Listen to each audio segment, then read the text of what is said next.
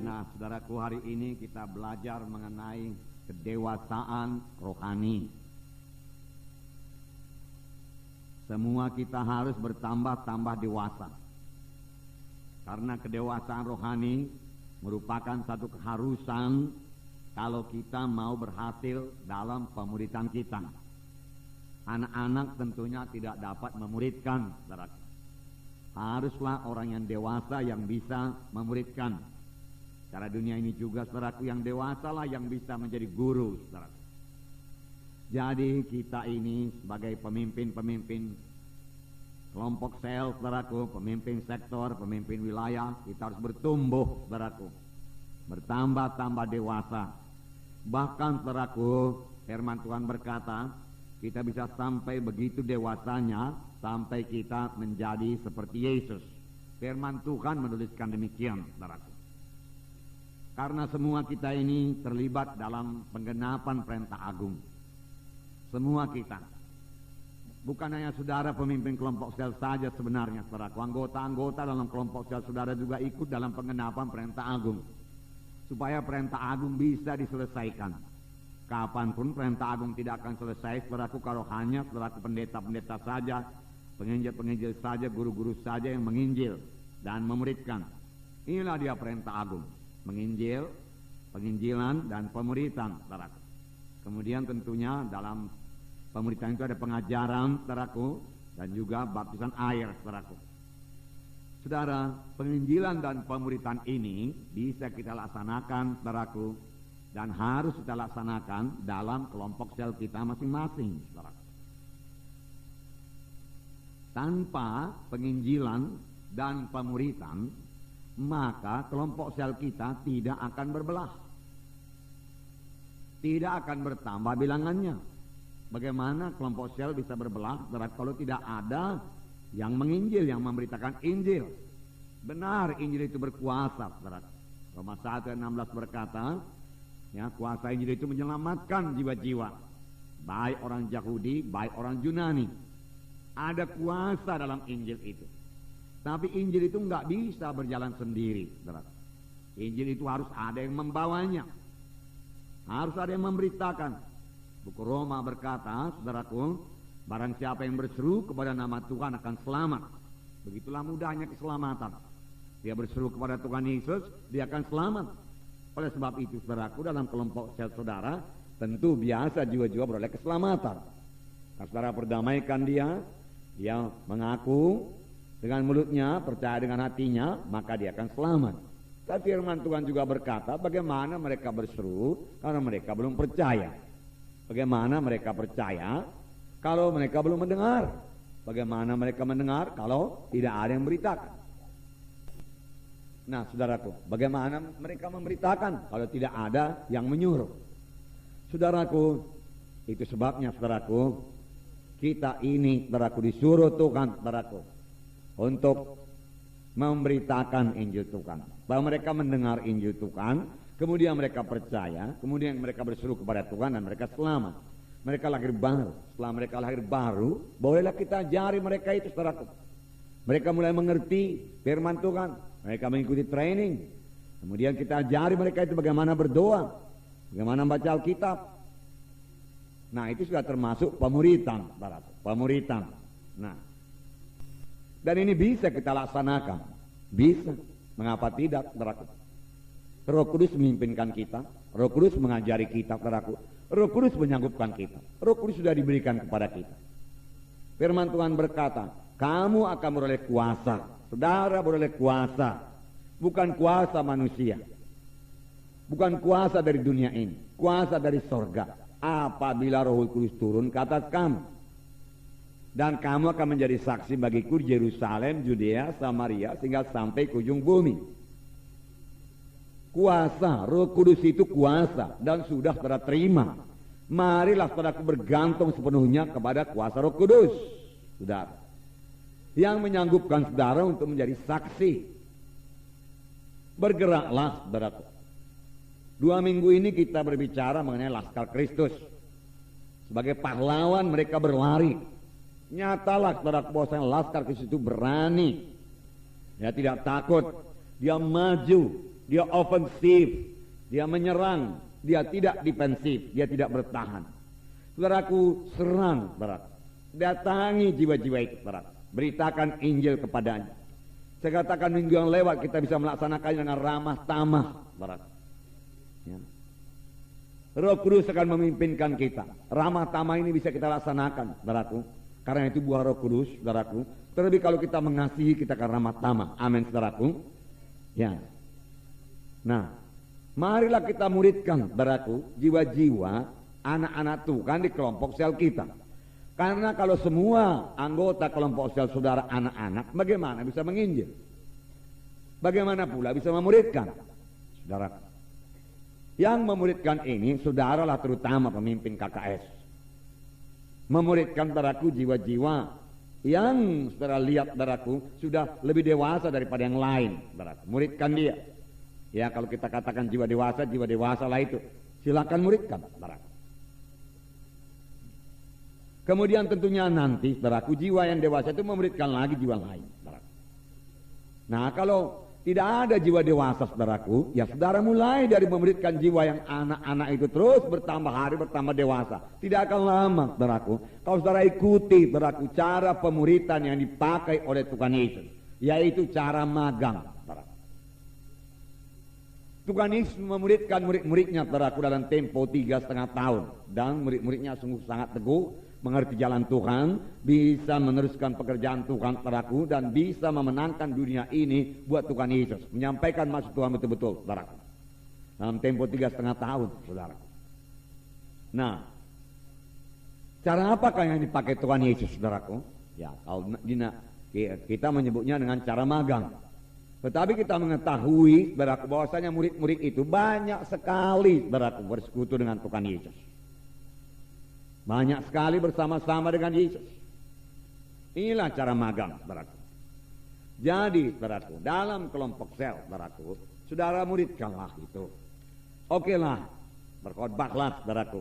Jangan terlalu lama berkhotbah, 15 menit saya pikir sudah cukup. Saudaraku, kemudian saudara perlu mengenali jiwa-jiwa saudara itu. Amin, saudaraku. Bagaimana saudara memuridkan kalau saudara tidak kenal dia?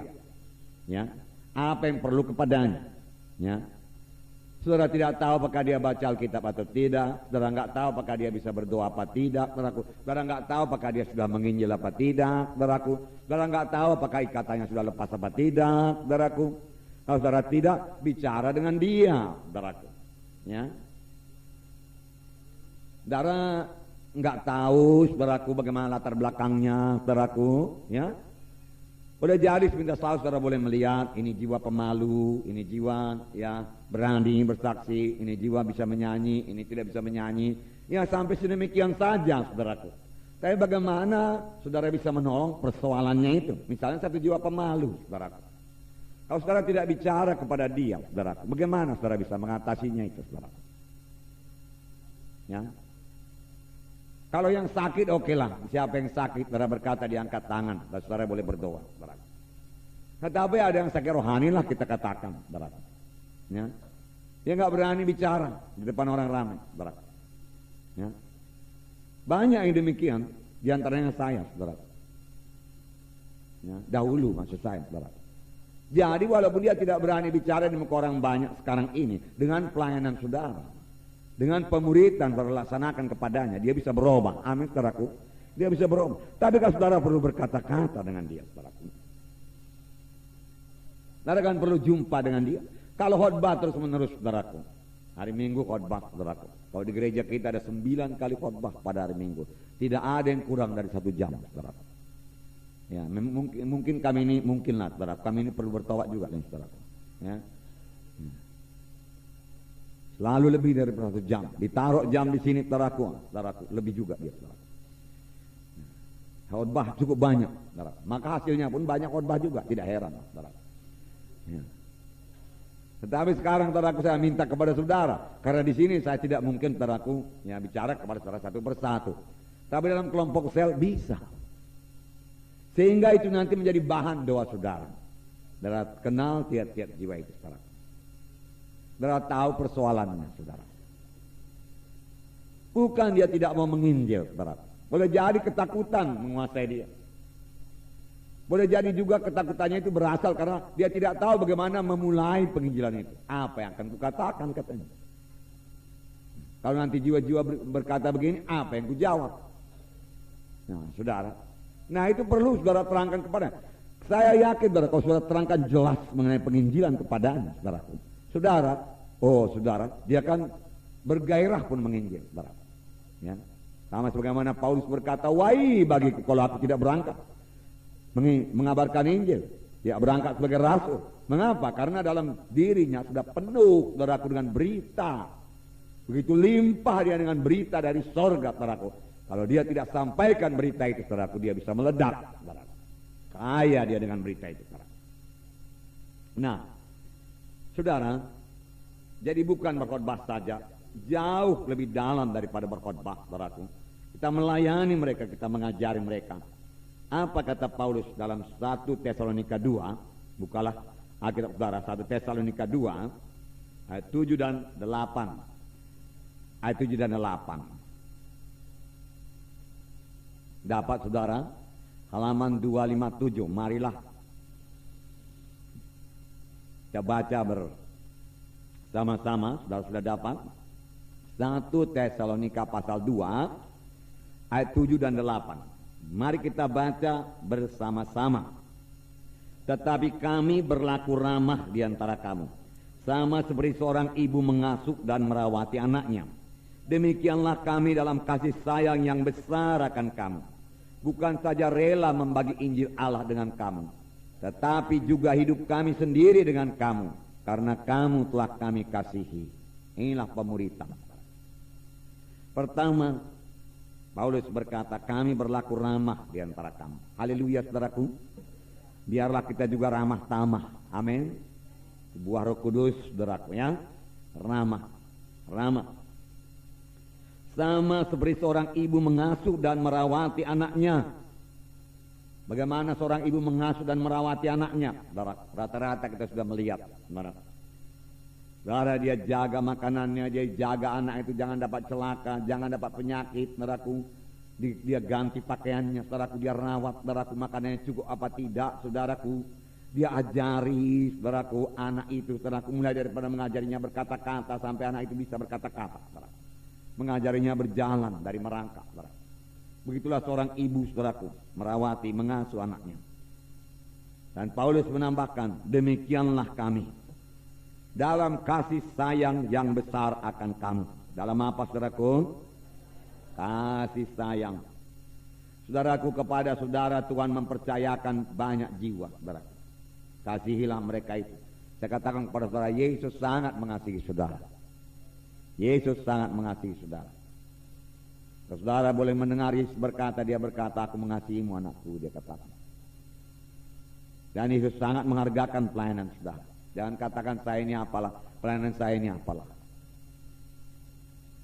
Yesus menghargakan pelayanan saya waktu saya ke desa-desa, saudara, melayani 10-20 orang jiwa, saudara.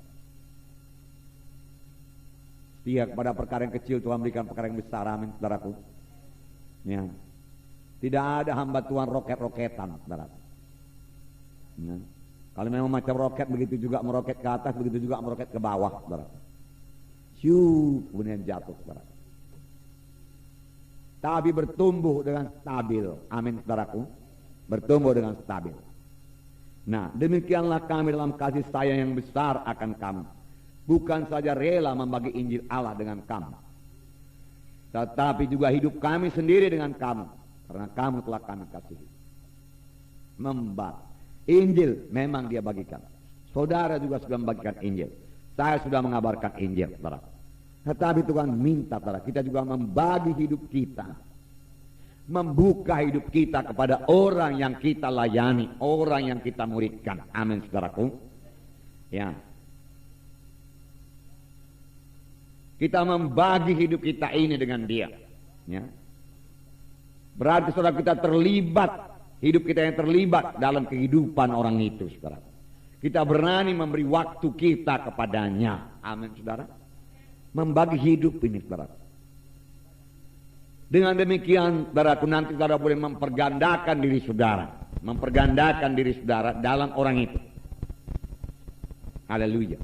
Saya bersuka cita melihat sidang-sidang yang bertumbuh dengan pesat, saudaraku. Beberapa sidang kita, saudaraku, dengan anggota di atas 300, saya suka cita, saudaraku, dan mereka bertumbuh terus. Ada yang di atas 200 dan mereka bertumbuh terus. Haleluya, Tuhan, saya katakan, ya, apa yang saya perbuat dulu sudah mulai mereka perbuat. Apakah artinya itu, saudaraku? Saya mulai mempergandakan diri saya dalam saudara. Amin, saudara.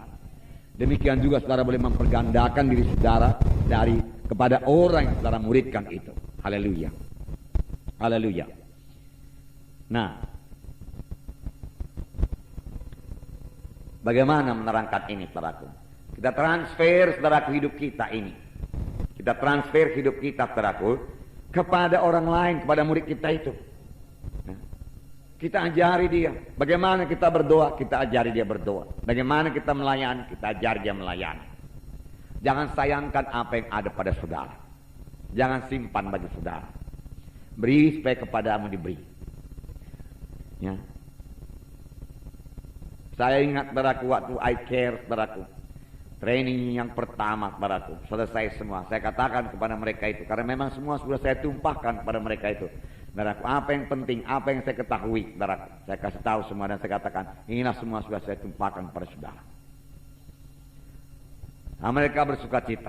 Sayangnya ada pula, saudaraku, yang salah, saudaraku, menanggapi, saudaraku. Dan dia berkata, haleluya, pengetahuan Pak Munte pun cuma sebegitu saja. Sekarang saya boleh jadi seperti Pak Munte. Lalu dia mulai pelayanannya sendiri, saudaraku. Dia tidak tahu bahwa saya ini terus bertumbuh, saudaraku. Amin, saudaraku. Sebab saya beri, maka kepada saya akan diberi lagi, saudaraku. Berganda-ganda. Demikianlah hidup kita ini, saudaraku. Saudara mau memuridkan, saudara pun akan dimuridkan juga, saudaraku. Semua kita bertumbuh dalam Tuhan. Semua kita, saudaraku, belum sampai seperti Yesus, saudaraku. Firman Tuhan berkata kita perlu mencapai kedewasaan penuh, saudaraku. Nah, saudaraku, jadi, saudaraku, untuk mentransfer hidup kita itu, saudaraku, kepada jiwa-jiwa, anggota-anggota kelompok sel, saudaraku, kita perlu bergaul rapat dengan dia. Amin, saudara. Bergaul akrab, intim dengan dia, saudaraku. Mengenal dia. Mengenal lebih dalam lagi. Jangan sepintas lalu. Kalau soal nama anggota kelompok sel, saudara mesti tahu, saudara mesti tahu latar belakang keluarganya. Berapa orang sudah selamat dia di rumahnya itu, saudaraku. Ya, karena ini, saudara, membuka jalan bagi saudara untuk bersaksi pada keluarganya kalau memang ada keluarganya itu belum selamat, saudara. Dan memang kalau satu keluarga itu sudah selamat, ini satu keuntungan besar, saudara. Karena mereka bisa saling menolong, saudara. Mereka tidak sendiri lagi, saudara. Saudara Kristen ini bisa jatuh, saudara, kalau seringkali sendiri-sendiri. Oleh sebab itu jangan sendiri-sendiri. Nanti saya terangkan sedikit, kalau boleh sampai ke situ, saudara. Amin, saudaraku? Ya, nah, saudara. Jadi kenal, saudara. Kalau saudara sudah kenal keadaannya, saudara boleh mengetahui apa yang penting kepadanya. Amin. Dan saudara mengajarkan apa yang dia butuhkan. Nah, ya. Misalnya dia berkata, saya ini nggak tahu saya berdoa, dia katakan, saya coba berdoa, kepikiran saya melayang-layang. Saudara misalnya boleh berkata, sudahkah saudara dapat baptisan Roh Kudus? Dia bilang sudah bisa berbahasa roh sudah. Mudah aja, berbahasa roh aja dulu. Nanti Tuhan akan memberikan suaranya, pimpinannya dalam hati saudara, katakan dalam hati saudara. Ya. Dan kalau saudara memang mau membagi waktu saudara dengan dia, mentransfer saudara dengan dia, mari kita berdoa dulu bersama-sama, katakan. Ya. Saudara boleh pegang tangannya, saudara. Ya, boleh pegang tangan kalau laki-laki dengan laki-laki, saudaraku, ya. Kalau perempuan dengan perempuan, amin, saudaraku. Kalau memang saudara, ya, pemimpin kelompok sel, saudara seorang perempuan, saudaraku, dan ya mau saudara ajar itu laki-laki, oke lah, ajari aja begitu. Ada orang lain lagi di situ maunya, amin, saudara. Ya, kita tidak memberi kesempatan kepada setan, amin, saudaraku. Ya, dan juga memberi contoh kepadanya, memberi contoh. Saya sendiri, saudaraku, di muka podium ini, saudaraku, dalam begitu banyak, saya beri contoh kepada saudara bahasa roh. Dan apalagi saudara dalam kelompok sel, berikan contoh. Ya. Lihat apa yang diperbuat Tuhan Yesus. Markus pasal 3. Markus pasal 3 saya mau bacakan kepada saudara. Ayat 13 dan 14. Markus pasal 3, 13 dan 14. Kemudian naiklah Yesus ke atas bukit, ia memanggil orang-orang yang dikehendakinya, dan mereka pun datang kepadanya. Ia menetapkan 12 orang untuk menyertai dia, dan untuk diutusnya memberitakan Injil. Saudaraku, Yesus memilih murid-muridnya, 12 orang, dia panggil, dan mereka pun datang kepadanya. Kemudian ayat 14 berkata, ia menetapkan 12 orang untuk, di sini dikatakan menyertai dia, tapi dalam bahasa Inggris dikatakan untuk bersama-sama dengan dia. Amin, saudaraku. Murid-murid Yesus harus bersama-sama dengan Yesus. Bahkan saudaraku, ini nampaknya saudaraku belum bisa kita laksanakan, saudara. Karena Yesus bersama-sama dengan muridnya, saudaraku, siang malam, saudara. Malam bersama-sama menginjil. Kemudian di mana ada kesempatan diajari murid-muridnya bersama-sama makan, saudaraku, ya, saudara, ya, bersama-sama melayani, saudaraku, bersama-sama, saudaraku, mengadakan mujizat, saudaraku, sehingga tidak ada lagi yang asing kepada murid-murid, saudara. Murid-murid tahu segenapnya, dan mereka bisa menuliskan Injil. Beberapa orang yang datang mereka menuliskan pengalaman. Mereka begitu mengenal Yesus. Dan Yesus mencurahkan hidupnya kepada murid-muridnya, memberikan firman Tuhan, mengajari, saudara. Sampai pada waktu Petrus menyangkal Tuhan Yesus pun, Tuhan Yesus merasa perlu untuk melayani lagi Petrus, untuk mengembalikan Petrus kepada panggilan Tuhan yang semula. Saya percaya Petrus dalam keadaan lemah waktu itu, saudaraku. Tapi Tuhan Yesus datang kembali kepada Petrus dan berkata, gembalakanlah domba-dombaku.